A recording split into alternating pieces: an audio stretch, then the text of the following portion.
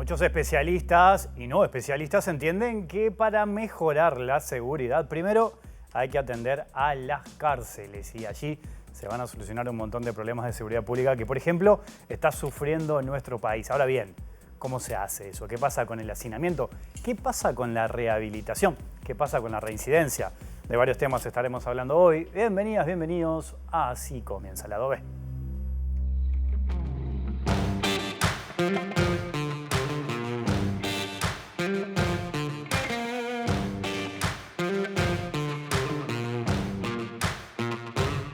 Trazamos algunas líneas a futuro de lo que pensamos pueden ser algunos ejes de una reforma del sistema penitenciario, seguir avanzando en la reforma penitenciaria. Y ahí hay varias líneas centrales. Uno, primero contar con un proyecto estratégico que implica tener objetivos, indicadores, organismos responsables, instituciones que se hacen cargo de tareas, resultados en el mediano y largo plazo.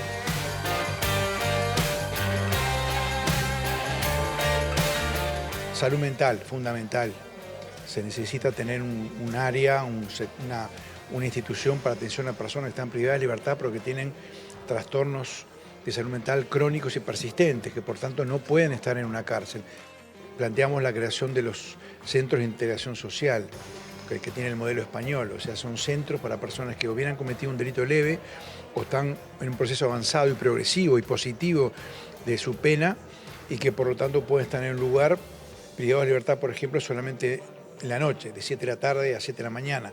Y el resto del día van a capacitarse, van a estudiar, van a trabajar. El tema de las madres con hijos, también hicimos varias propuestas al respecto.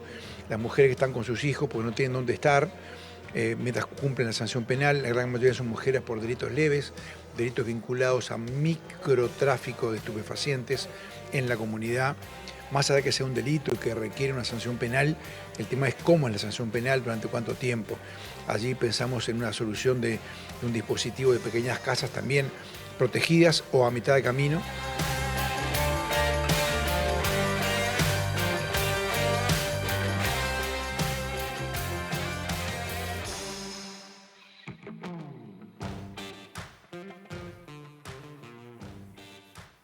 Y vaya si será un tema importante para tratar en vivo aquí en Lado B, en la pantalla de TV Ciudad. En el inicio de esta semana no será el único tema de esta noche de nuestro programa. Y ya saludo a nuestra invitada, Ana Juanche, que es la designada directora del Instituto Nacional de Rehabilitación. Ana, un gusto tenerte por acá. ¿Cómo Igualmente, estás? para mí, muchas gracias, muy bien. Muchas gracias por la invitación también y gracias a la audiencia que está mirando el programa. Bueno, nos acompaña también la politóloga Tamara Zamudio y el periodista Antonio Ladra. Ya vamos a estar conversando con ellos. Uno, Ana, cuando hace un breve diagnóstico rápido, si se quiere, de la situación carcelaria en Uruguay, obviamente que es muy complejo, ¿no? Tenemos muchas personas privadas de libertad. Podemos entender de que encarcelamos mucho, no rehabilitamos casi nada, ¿no? Porque las cifras así lo indican. No estamos cumpliendo con ese propósito de rehabilitar. Después está el otro tema de la reincidencia, según datos del Ministerio del Interior. Casi 7 de cada 10, ¿no? Vuelve a delinquir. Es un problema enorme. ¿Qué diagnóstico haces vos en este momento? Muy coincidente con el que tú acabas de resumir. De alguna forma, de todos los fines que se le puede atribuir a la pena, el de incapacitar no se cumple porque las personas, aún estando privadas de libertad, cometen delitos también dentro de las cárceles. Hace pocos días hubo novedades respecto de una actividad de sicariato ordenada desde allí. No disuade porque las personas, una vez que recobran la libertad, prontamente, como vos decías, en el indicador de la reincidencia penitenciaria, vuelven a la cárcel. 3 de cada 10 en el periodo del primer año y 7 de cada 10 en el periodo de 3 años posteriores a la liberación. Y mucho menos rehabilita si tomamos en cuenta no solamente los datos empíricos, sino también la clasificación que hace, por ejemplo, un órgano de control externo como el comisionado parlamentario, donde señala que solamente el 17% de las personas privadas de libertad tienen adecuadas oportunidades de reinserción social y que el 43% vive en tratos crueles, inhumanos o degradantes. Entonces, la cárcel termina siendo parte del problema y no parte de la solución en términos de seguridad ciudadana, seguridad humana, seguridad comunitaria. Da la sensación que cuando una persona comete un delito, ya es como que la cárcel está ahí nomás, cerquita, ¿no? Pienso en las medidas alternativas, en las penas alternativas. ¿Esa es una solución pensando en el hacinamiento, por ejemplo, también que tenemos? Bueno, si uno mira la experiencia internacional comparada, los buenos sistemas usan preponderantemente las medidas alternativas y no la prisión, porque la prisión es el último recurso y cuando no hay una respuesta más idónea, más adecuada a la situación de las personas. Bueno, aquí tenemos subvertida esa lógica, usamos cada vez más la prisión para todo como reproche penal, pero sobre todo para indistintas conductas, muchas veces con dosificaciones inadecuadas. Y bueno, esto es el resultado del crecimiento del Estado punitivo en los últimos, por lo menos desde el 90 en adelante, podemos ver con las primeras leyes de seguridad ciudadana, pero es como un ejercicio de escasez de creatividad que ha tenido el Estado para responder más adecuadamente y más asertivamente y en forma más justa, ¿no? Si uno va a los clásicos, decía von Liszt, la pena adecuada es la pena justa. Bueno, ¿cuál es la pena justa que se le impone a una persona que llega al delito como resultado de otras circunstancias que preexisten, de otros problemas sociales? Y además, ¿cuál es la pena justa si esa pena termina agravando la situación y termina quebrando a la persona y devolviéndola a la comunidad en peores condiciones? Antonio Ladra, ¿cómo andás? Muy bien, por ¿Todo suerte. bien? Bien. Bueno, bienvenido. Muchas gracias. Bueno, yo agregaría de los datos que tú diste, que para mí es un dato crucial, que el 60% aproximadamente de la población carcelaria tiene entre 18 y 37 Claro, años. muy joven, una población joven. Es una población muy joven y a eso le sumas la reincidencia, es un cóctel tremendo, ¿no? Ahora, ¿cómo solucionar este tema, ¿no? Ana, Juanche, ¿cómo atacar esta problemática? Porque para esto se requiere recursos también, ¿no? Sí, sin duda se requiere recursos, pero esos recursos no son solamente recursos económicos, recursos, ¿no? Esfuerzo fiscal, por supuesto que se requiere, pero también es necesario poder analizar cómo gasta el Estado. El Estado gasta muchísimo dinero en la privación de libertad para resultados pésimos, ¿verdad? Entonces, ahí estás tocando, perdón, un detalle que es clave, no sé si la gente también Sí. lo tiene claro. Se gasta mucho dinero. Sí. Es muchísimo dinero el que se pone en las cárceles para tratar de rehabilitar algo que después no pasa. En realidad, no sucede, no solamente, como decías tú, retornan 7 de cada 10 a los 3 años, sino que también, esto todavía no tenemos datos muy sólidos, pero empíricamente podemos ver también que se retorna también peor, ¿no? Con diversificación en la trayectoria delictiva, las personas vuelven más contumaces, vuelven de alguna forma también consolidando.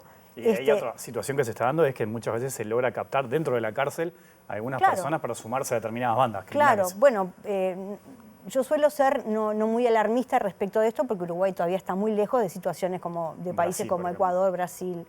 Pero sí también la cárcel así es campo fértil del crimen organizado. Pensemos nomás en las microeconomías informales que suceden al interior de las unidades penitenciarias que tienen que ver con la tranza, como se dice vulgarmente, de todo tipo de cosas, desde sustancias a aparatos celulares, comida, vestimenta, tecnología, lo que fuere, ¿no?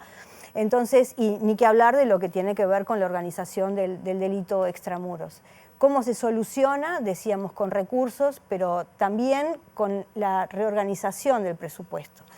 El Estado gasta, y es un cálculo aproximado, hay que sofisticar un poco más esa estimación, pero aproximadamente $1.000 por persona por mes, según cálculos que también realizó y encargó la Oficina del Comisionado Parlamentario. Esto, como decíamos, para pésimos resultados. Entonces, en un presupuesto que es muy rígido, que básicamente se va el 80% en recursos humanos, 15% en funcionamiento, agua, luz, soldar rejas, comprar candados, solo un 5% en inversión para arreglar, para construir, para modificar un sistema que está sobreexigido, y ni un solo peso preestablecido, por ejemplo, para alineamientos técnicos, para desarrollar programas relacionados con con la rehabilitación, si queremos llamarle, que es el encargo social que se le pide a la institución. Me refiero a contratar equipos técnicos, poder tener convenios con la sociedad civil para que desarrollen propuestas socioeducativas, propuestas de tratamiento, también para poder tener datos actualizados para desarrollar la política pública. Bueno, todo esto es de alguna forma el reflejo de un sistema que es antiguo en su concepción, que está perimido en su modelo de gestión y que necesita repensarse si queremos tener mejores resultados y queremos vencer la crisis estructural. Tamara Zamudio, ¿cómo andás? ¿Qué tal? ¿Cómo están? Un gusto tenerte por acá nuevamente. El gusto es mío. Bueno, a ver, ¿por dónde vas? Bien, no, como para empezar y hacer como marco más contextual y en esto que Ana mencionaba, ¿no? De lo que ha sido la inflación penal y punitiva, digamos, de las últimas décadas, ¿no? Donde también en los 3 gobiernos y las 3 gestiones del Frente Amplio, bueno, hubo un aumento de las penas y las penas privativas de libertad, pensándose como solución o única o principal, digamos, a la resolución de conflictos penales. Consultar, digamos, o sea, más allá, digamos, en la situación que tenemos del crecimiento tan importante de personas privadas de libertad, más o menos unas 1000 al año, pero estamos superando las 16.000. ¿No? Es impresionante y ha sido un crecimiento exponencial en la última década en particular. Entonces, bueno, pensar más allá de que obviamente es necesario y fundamental que los recursos estén dispuestos para mejorar la estructura, digamos, edilicia y también de la gestión carcelaria, ¿qué lugar en la gestión o en la estrategia del INR va a tener el poder pensar o tener una mirada crítica sobre esta inflación penal que está vigente y que, bueno, en la medida en que eso no se toca o no se modifica, bueno, la cárcel va a seguir siendo la única solución y va a seguir creciendo la población más allá de que se den recursos para mejorar las condiciones? Exactamente. En las bases programáticas del Frente Amplio se utilizó el término desprisionalización, ¿no? Hubo mucha polémica durante la campaña electoral en torno a este término, pero el Frente Amplio rápidamente salió a responder que se trataba de justamente de privilegiar estos mecanismos alternativos a la prisión. Yo quiero abrir un paréntesis, y es decir que también el uso de las medidas no privativas de libertad creció muchísimo, ¿no? Al punto de que tenemos aproximadamente unas 10.000 medidas, no sabemos a cuántas personas corresponden esas medidas, una misma persona puede tener más de una medida impuesta, porque tenemos graves problemas de relevamiento de datos y de composición de estadísticas.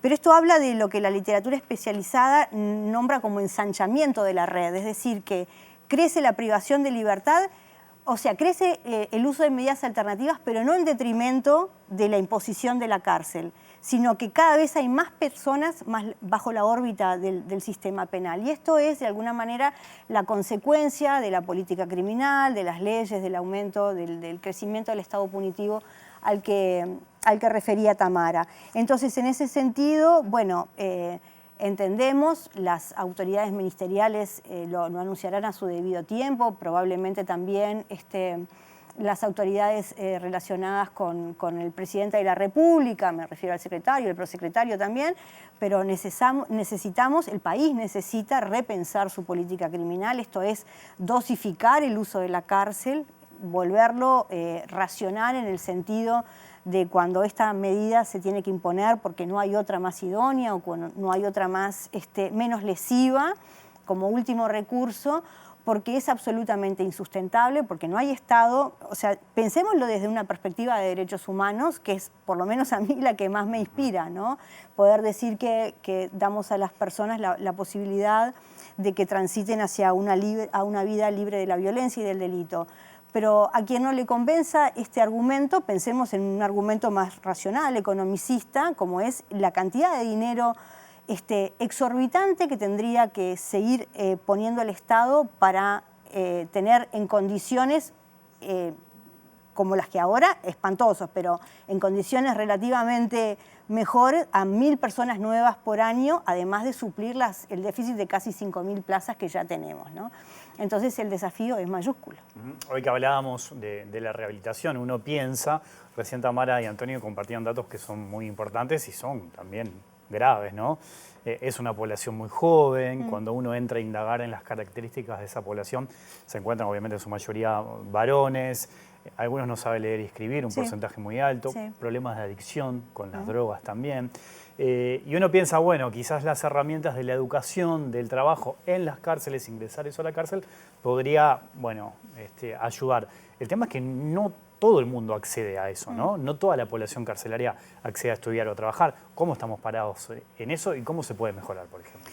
Bueno, ahí tenemos como dos bibliotecas y a mí siempre me gusta señalarlo. La cuestión esta de asociar la rehabilitación con la educación y el trabajo, o como que la educación y el trabajo, que en realidad son derechos, se pongan al servicio de tecnologías como para la rehabilitación, a mí desde el punto de vista de los derechos también me hace un poco de ruido, ¿no?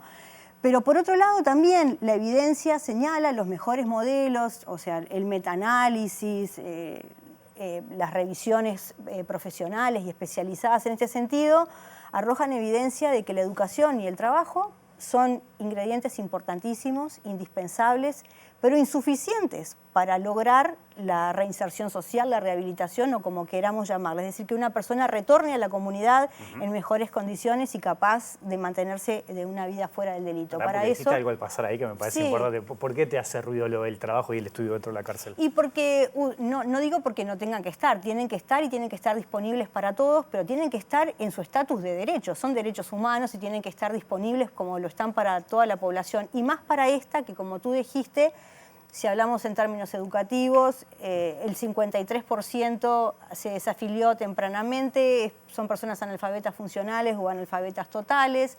Muchas de estas personas, además, si consultamos el sistema, el CIPI, vemos que han también recibido ayuda del Estado y que han pasado por diversos programas de protección del Estado, sean las asignaciones familiares, sean las tarjetas de Uruguay Social, es decir, que es población realmente vulnerable y que las respuestas que el Estado ha desarrollado frente a ellas no han sido quizás las adecuadas o las suficientes como para mantenerlas fuera de esta delgada línea. Muchas son también usuarias problemáticas de drogas. No tenemos datos, estadísticas tan afinadas y tan certeras como para el caso del analfabetismo, pero sí empíricamente sabemos, o con datos que son un poco más antiguos, que hay un gran porcentaje.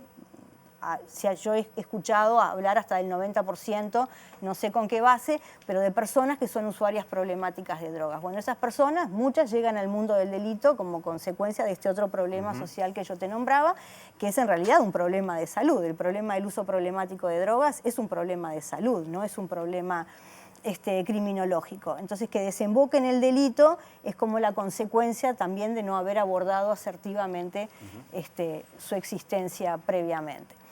En definitiva, es importante que existan oportunidades de educación y trabajo para todas las personas de acuerdo a sus necesidades, pero también es importante que existan programas para que las personas tengan la oportunidad de trabajar su estilo de pensamiento, las actitudes, su relación con las sustancias, su relación con la impulsividad, con el control de la ira. Bueno, todo esto funciona en los sistemas modernos y que más éxito tiene.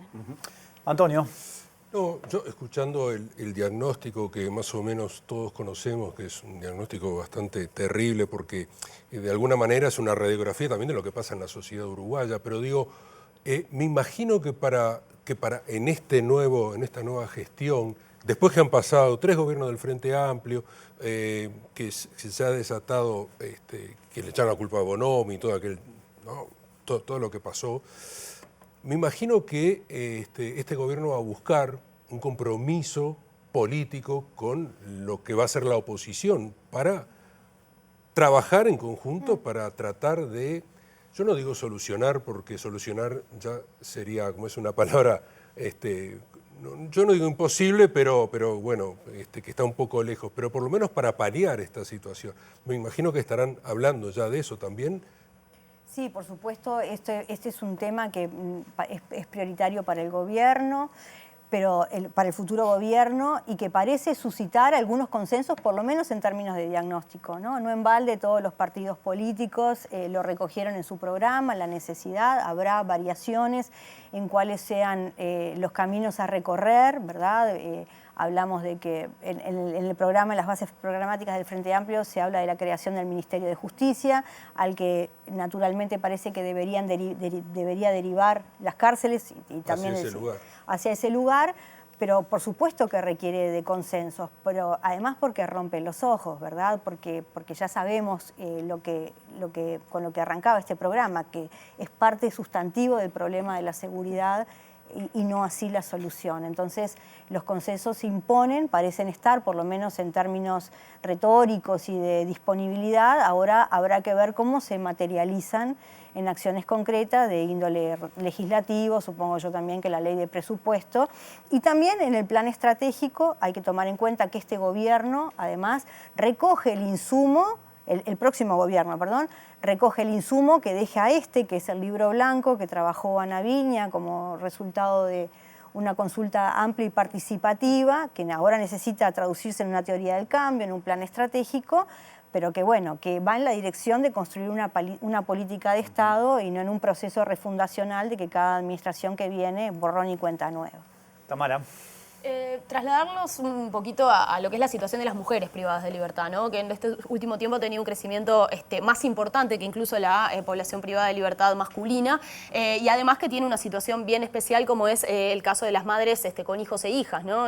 Los datos que el INR tiene publicados en la página web, celebro que exista un espacio que antes, costó bastante crear un espacio donde encontrar datos actualizados. Decía que a diciembre de 2024 había 72 niños y niñas menores de 4 años y 69 madres, en un contexto además donde la situación edilicia se ha ido debilitando muchísimo y en definitiva vulnerando cada vez más derechos de las madres, pero sobre todo de las infancias, porque hoy tenemos la unidad número 9 dentro de la unidad número 5, la unidad más grande de mujeres privadas de libertad y en condiciones, una estructura edilicia en condiciones realmente muy malas.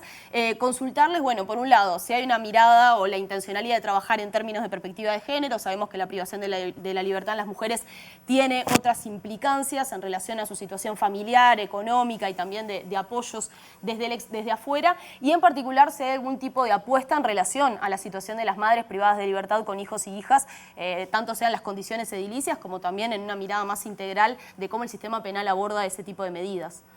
Bueno, sin dudas. Tenemos también el insumo del informe especializado que generaron el comisionado parlamentario con la Institución de Derechos Humanos sobre la posibilidad de imponer la libertad vigilada, la prisión domiciliaria asistida para mujeres. Nosotros entendemos que es un insumo importante. En esa prisión domiciliaria asistida es fundamental el término asistida, porque la prisión domiciliaria, por más que es como lo dice la expresión, en el hogar de la persona, impide la circulación, y esto para madres que son proveedoras, que son cuidadoras, termina siendo también un problema, es cambiar la sede de la privación de libertad, aunque evidentemente para los niños y para las niñas es mucho más beneficiosa. Que los niños crezcan en un contexto carcelario no es para nada adecuado, por más que cambiemos la situación, por más que modifiquemos, por más que haya programas especializados para atender a estas infancias. Nosotros entendemos que hay que buscar medidas para dar mejores respuestas a esto. Vamos a ver, en consonancia con lo que preguntaba recién Antonio, bueno, cómo responde también el sistema político y particularmente el Poder Legislativo en poder construir respuestas más asertivas. También tenemos que entender que estas mujeres viven con sus niños y sus niñas, pero hay otros niños y niñas que son hijos de las mismas madres y que quedan fuera de la cárcel. Eso implica también otras vulnerabilidades, y también tenemos que visibilizar a las infancias que tienen adultos referentes privados y privadas de libertad, y a las adolescencias también, y que también son unas poblaciones que solemos soslayar y no visibilizar como quienes también impacta diferencialmente la cárcel. En este incremento que marcaba Tamara de las mujeres en la cárcel, también se dio a partir de la aprobación de la LUC, ¿no? En este gobierno, que muchas ingresaron a la cárcel por intentar también entrar droga a distintos centros. Estamos hablando de penas de aproximadamente 4 años. Allí entra también lo de las medidas alternativas que hablábamos recién, buscar esa modificación, porque también debo reconocer que esto mismo lo hablé en este periodo con legisladores de todos los partidos, incluso legisladores del gobierno, oficialistas, que me decían, ¿sabes qué? Ahí metimos la pata, la macaneamos. Fue una exageración haber marcado eso. ¿Es una posibilidad pensar penas alternativas para ese tipo de delitos? Si me preguntás personalmente, creo que sí. Además, eso es una solución que se tomó aun cuando diversos actores relacionados con el sistema penitenciario advirtieron de que esto iba a tener un impacto negativo y que iba a afectar justamente a este tipo de población. Las mujeres se relacionan al delito, es la primera causa de delito en la población femenina, la segunda en los varones, los delitos relacionados con drogas, pero las mujeres se relacionan en el mundo de las drogas o del mercado de las drogas como el eslabón más débil siempre, ¿no? Y muchas veces también con otras cuestiones, podríamos llamarle hasta comorbilidades, ¿no? Experiencias de trauma vinculadas con sus parejas, ¿verdad? O con sus exparejas. Entonces, necesariamente, desde mi punto de vista, habría que revisar esta legislación. Antonio, vuelvo contigo. Bueno, no, yo hoy cuando estaba preparando la entrevista con Ana, estaba leyendo lo que tuvo que hacer el gobierno en Gran Bretaña, en el Reino Unido, el gobierno de Starmer, en octubre del año pasado, que tuvo que liberar casi 3.000 presos porque tenían las cárceles atiborradas. O sea, había un hacinamiento muy grande y se empiezan a explorar en el Reino Unido. Uno dice un país del primer mundo, se empieza a explorar el arresto domiciliario, otra forma de empezar a hacer valer la justicia de alguna manera. Y una de las cosas que decía era la obsesión que tuvieron los gobiernos anteriores por la represión, por ofrecer una imagen de mano dura. Y acá nos ha pasado exactamente lo mismo. Digamos, ¿puede haber posibilidades de revisar esas leyes que de alguna manera se aplicaron acá, se estén aplicando de mano dura? Algunas de ellas están incluidas ahí en la LUC. Del año 2018 en adelante fue el quiebre, por ejemplo, con las mujeres. Pasaron de 400 mujeres presas a 1.600, creo que tenemos ahora. Ahí fue el quiebre, ¿no? ¿Puede haber esa posibilidad de revisar esas leyes tan obsesivamente duras? Revisar, armonizar, de alguna forma también regular la dosimetría penal, este concepto que es tan complejo, es decir, la dosis de pena que se da para cada delito y que parece estar como, otra vez esa palabra, subvertido, desbalanceado respecto de delitos de poco daño en relación con otros que sí lo causan en mayor medida, está en el concierto de posibilidades. La verdad es que yo no me puedo aventurar a decir eso, si sucederá, porque eso es claramente una cuestión de la labor del Poder Ejecutivo y también de las decisiones del Poder Político en ese sentido, pero yo no descartaría ninguna de las medidas. Ahora, lo que sí quiero es como sacar de la alarma pública esto que se ha manejado tan mal, como de la liberación de las personas privadas de libertad sin ton ni son, que yo sepa, ni la fuerza política Frente Amplio, ni ninguno de sus órganos especializados, como la Unidad Temática de Seguridad y Convivencia, han pensado en amnistías generales ni ninguna cuestión así. Lo que sí... No, se estudia casos, se estudian los casos, digamos, sí, y que claro. También existe la posibilidad de la gracia de la Suprema Corte, exacto, de la libertad anticipada, ¿verdad? En casos de cuando los informes técnicos, los informes de conducta son positivos, bueno, todo eso debería optimizarse, porque tenemos que tener claro nuevamente lo mismo, que en este estado de las cosas y con esa tendencia a la curva de crecimiento, esto es absolutamente insostenible. Nos queda una última pregunta y la va a realizar Tamara. Bueno. Tamara, cerrás el programa. Bien.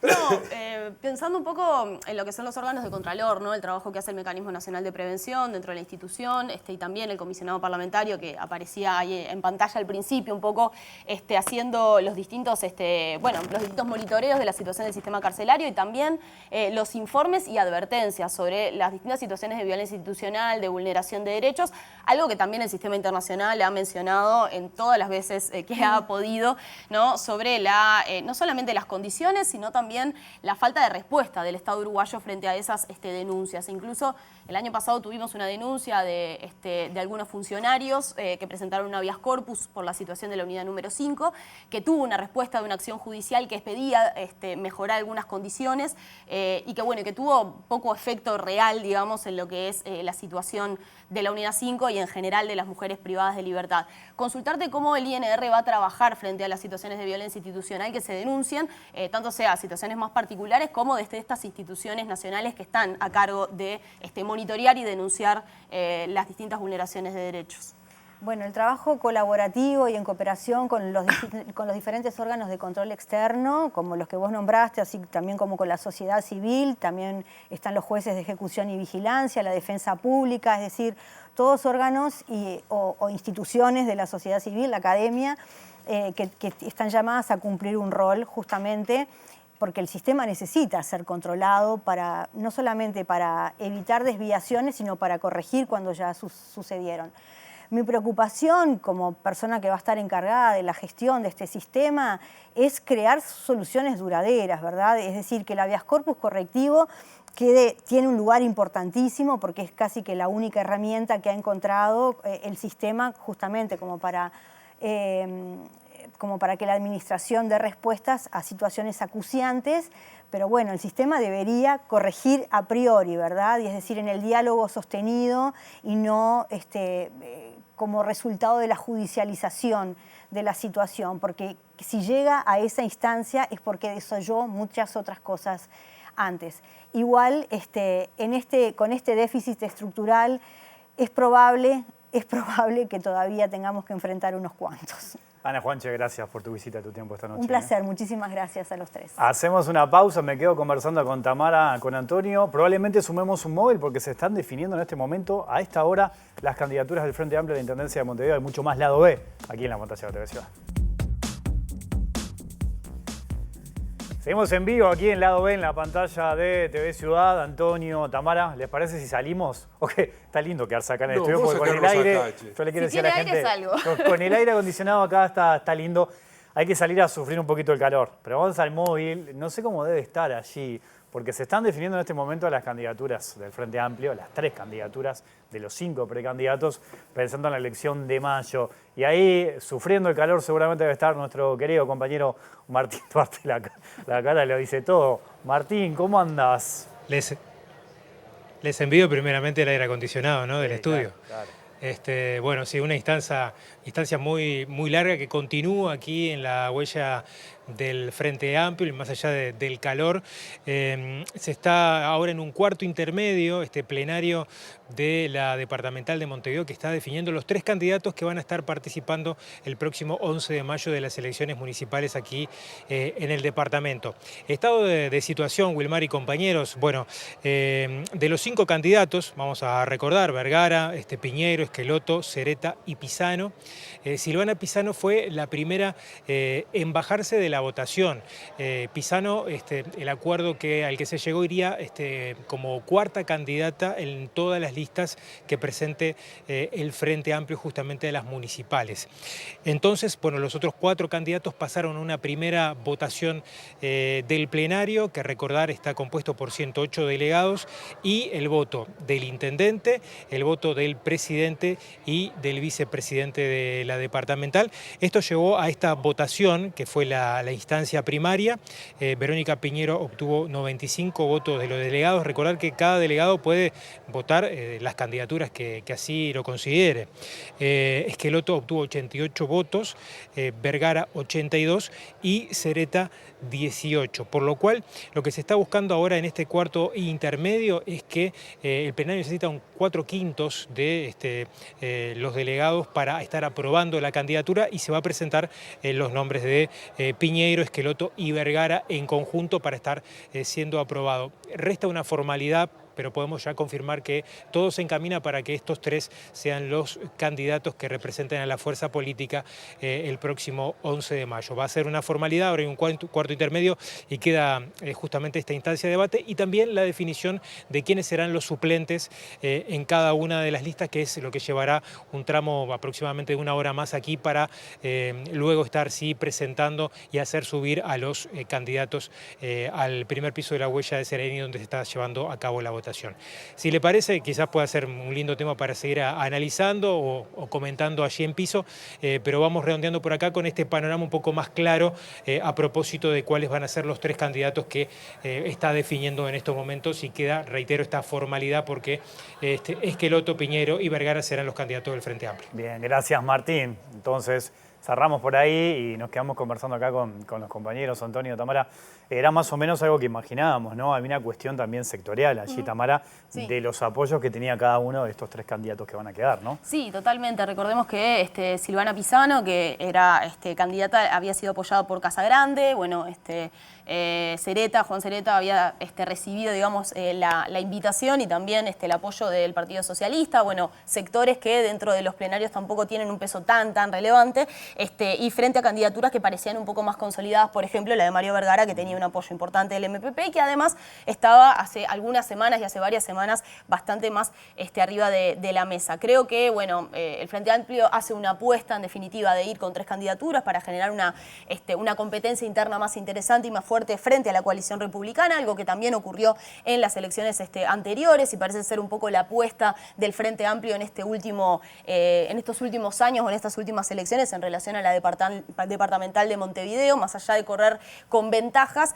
la existencia, digamos, de esa competencia interna también apoya o ayuda a la posibilidad de generar, bueno, mayores adhesiones o mayores apoyos. Habrá que ver en ese sentido si eso, bueno, pasa a concretarse, sobre todo con figuras que son bastante de renovación, que si bien se mantienen y tienen una referencia con la gestión departamental, como Viviana Piñeiro, como Salvador Esqueloto, bueno, también son figuras que tienen que hacerse conocer, si se quiere, o creo que necesitan, digamos, y van a necesitar de una campaña más fuerte para poder, bueno, llegar, digamos, o tener mayor alcance hacia la ciudadanía montevideana a la hora de votar, ¿no? Esqueloto, el apoyo de la vertiente. Sí. Piñeiro, bueno, el Partido Comunista, la amplia, ¿no? También. El sector de COSE también ahí fue como un poco como se fueron Michelini repartiendo. también, Ahí está. Nuevo Espacio.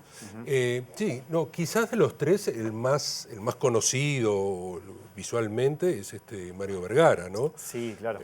Por más que Esqueloto tiene gestión Sí. en la Intendencia desde el gobierno de Tabaré Vázquez y termina como director nacional de vivienda en el gobierno de Mujica, digamos. Es un hombre conocido en ese lugar, además de haber sido decano de la Facultad de Arquitectura. Quizás de los tres es el que tiene la cabeza más digamos, urbana, digamos, sobre los temas que puede tener Montevideo. Y lo de Verónica Piñeiro realmente sorpresivo, realmente, ¿no? Porque es bueno, una mujer joven que tiene como vicepresidenta del Frente Amplio, que además ella está en representación de las bases. Sí, también. Entonces también eso es importante. Y está en el área de gestión ambiental también de la Intendencia, claro, o sea que entonces tiene... la verdad que logran un combo importante. Sí. Frente a la coalición republicana, donde tienen un candidato que vive en Suiza, ¿qué querés que te diga, no? No es el primer político que está fuera del país, ¿no? No, bueno, tuvimos Eso a es Sartori, tuvimos También. a Sartori, o tuvimos candidatos que no eran del departamento también. Estoy acordándome de Carminati, Sí, ¿no? También, ¿Acordaste? pero en ese punto hay algo como interesante que creo que es un poco la apuesta, por ejemplo, de las candidaturas de Esqueloto y Piñeiro, que es bueno, tratar de potenciar figuras que están vinculadas con la gestión departamental, Exacto, que sí. tienen conocimiento, pero también interés de trabajar en esos ámbitos, cuando, bueno, muchas veces la Intendencia de Montevideo o la candidatura se utiliza mucho como para... Como trampolín. Exactamente, Sí, sí. para bueno, potenciarse, digamos, en otras áreas y en otros ámbitos. Y ahí, por ejemplo, hay un desafío en el caso de la candidatura de Mario Vergara, donde, bueno, su conocimiento técnico ha estado mucho más vinculado a la economía y a funciones en esos ámbitos institucionales, y además una mirada más de la política nacional en el Parlamento, ¿no? Entonces hay un desafío, si se quiere, en la propuesta de Vergara y en su candidatura de poder hacerse referente o referencia para las cuestiones departamentales sobre las cuales cuales no ha tenido tanta visibilidad. Bueno, Sí, les sí. cuento que creo que mañana, en esta semana, vamos a estar abriendo el ciclo de candidatos a la Intendencia, entrevistas con todos. Así que vamos a estar charlando con el amigo Martín Lema también, obviamente. Claro. Antes de que cierres Martín TV Ciudad, te vamos a invitar y vamos a conversar sobre las cuestiones de la ciudad, del departamento. Así que bueno, fiel al estilo de la OE, vamos a charlar con todos. Se vienen tiempos lindos para conversar. Sí, Sí, total. No, y aparte muy, muy interesante, no, y aparte una mirada también, yo siempre digo, para mí, no sé, capaz que la politóloga me dice que no, A ver. pero para mí son 19 elecciones. Ah. Sí, totalmente. ¿Eh? Son realidades Son totalmente distintas. Realidades Sí, sí. totalmente distintas, totalmente distinto a lo que fueron las elecciones nacionales. Ahí empiezan a pesar otras cosas, por ejemplo, la cercanía con la gente, sobre todo en el interior del país, ¿no? Sí, los caudillos Los que se les llama, que caudillos, también ¿no? tienen Que tienen una un mayor peso cercanía, muy sin duda. muy importante. Hoy estaba hablando con gente en Maldonado, por ejemplo, ya está lanzada la campaña, ¿no? Claro. Sí, claro. y Pero ahí Durazno, también sí. es interesante mirar también, digamos, cómo se va desarrollando la campaña electoral en función también de lo que fueron los resultados en 2024, tanto en octubre como en noviembre, porque el triunfo del Frente Amplio en algunos departamentos también puso las barbas en remojo sobre la coalición o Sí. sobre algunos partidos o algunos departamentos en particular, ¿no? Y bueno, tenemos una coalición republicana que se conforma para Canelones y para Salto, y creo que ahí también, por ejemplo, es un desafío interesante y novedoso ver cómo se desarrolla. Sí, sobre todo porque van a querer el Frente Amplio renovar eso que logró en las elecciones pasadas y lo que es la coalición republicana o los partidos de la coalición republicana mantener su primacía en el interior, ¿no? El Partido Nacional, el Partido Colorado en Rivera, Claro. que hay que ver qué es lo que puede pasar. Bueno, veremos. ¿La seguimos otro día, Antonio Vamos a Tamara? seguirla. ¿Les parece? Dale, Recién dale. empieza. Recién arranca, exactamente, como dice Tamara. Nos vamos, volvemos mañana a las 20 horas. Que pasen bien, chau.